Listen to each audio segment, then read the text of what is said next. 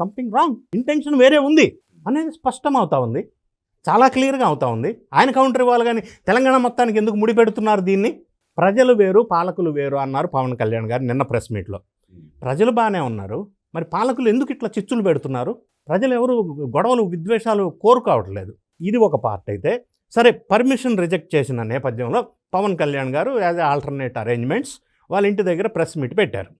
Press మీట్లో ఆయన మాట్లాడుతూ ఓవరాల్గా outline of the comments of Pawan Kalyan చూసినట్టయితే తెలంగాణకి ఆయనకున్న లింక్ ఎస్టాబ్లిష్ చేసే ప్రయత్నం చేశారు.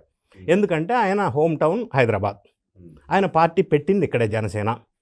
సో వేరే పార్టీ వేరే రాష్ట్రంలో ఉన్నా ఇక్కడ మీటింగ్ పెట్టుకోవచ్చు, అది వేరే విషయం, రావచ్చు. వేరే పార్టీ ఆఫీస్ ఫస్ట్ ఆఫీస్ ఇక్కడే కదా. ఆయన మాట్లాడుతూ తెలంగాణకి ఆయనకున్న అనుబంధాన్ని వివరించే ప్రయత్నంలో భాగంగా కొన్ని కామెంట్స్ చేశారు. అంతటితో ఆగారా? ఈ కామెంట్స్ ఒక్కొక్క బిట్టు ఒక్కొక్కరు తీసుకొని దాని మీద మళ్ళీ పెద్ద ఎత్తున ఫైర్, నిప్పుని రాజేసే ప్రయత్నం ఎందుకు చేస్తున్నారు? ఏదో కావాలని చేస్తున్నట్టు, ఎవరో ప్రయోజనాల కోసం చేస్తున్నారు, రాజకీయ ప్రయోజనాల కోసం చేస్తున్నారు, రాజకీయ ముసుగేసుకొని చేస్తున్నారు.